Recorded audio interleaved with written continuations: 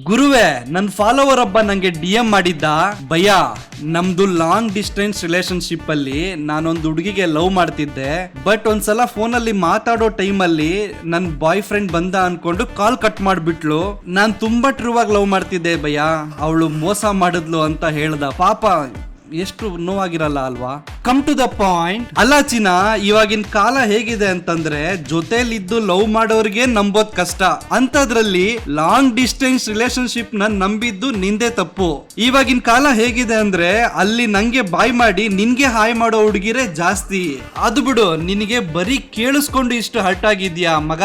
ನಾನು ಕಣ್ಣಾರೆ ನನ್ನ ಎಕ್ಸ್ ನ ಇನ್ನೊಬ್ಬನ ಜೊತೆ ಮಲ್ಗಿರೋದ್ ನೋಡಿದೀನಿ. ನನಗೆ ಎಷ್ಟು ನೋವಾಗಿರಲ್ಲ ಹೇಳೋ. ಆಗೋದೆಲ್ಲ ಒಳ್ಳೇದಕ್ಕೆ ಮಾಮ್. ಯಾವಳೋ ಕಿತ್ತೋಗಿರೋಳ್ಗೋಸ್ಕರ ನೀನ್ ಯಾಕೆ ಫೀಲ್ ಆಗ್ತೀಯಾ? ನೀನು ನಿಯತ್ತಾಗಿದ್ರೆ ದೇವತೆ ತರ ಹುಡುಗಿ ಸಿಗ್ತಾಳೆ ಮಗ. ಅಲ್ಲಿವರೆಗೂ ಅಪ್ಪ ಅಮ್ಮ ಕಷ್ಟಪಟ್ಟು ನಿನ್ನ ಸಾಕಿರ್ತಾರೆ ಅಲ್ವಾ, ಅದೇ ಪ್ರೀತಿನ ಅವ್ರಿಗೆ ತೋರ್ಸು. ನೀನು ಒಂದು ಲೆವೆಲ್ಗೆ ಬೆಳೆದ್ಮೇಲೆ ಶ್ರೀಲೀಲಾಗಿಂತಲೂ ಚೆನ್ನಾಗಿರೋಳು ಸಿಗ್ತಾಳೆ ಮಾಮ್. ಶ್ರೀಲೀಲಾಗಿಂತಲೂ ಸಕ್ಕದಾಗಿರೋಳು, ನೆನ್ಪಿಟ್ಕೋ.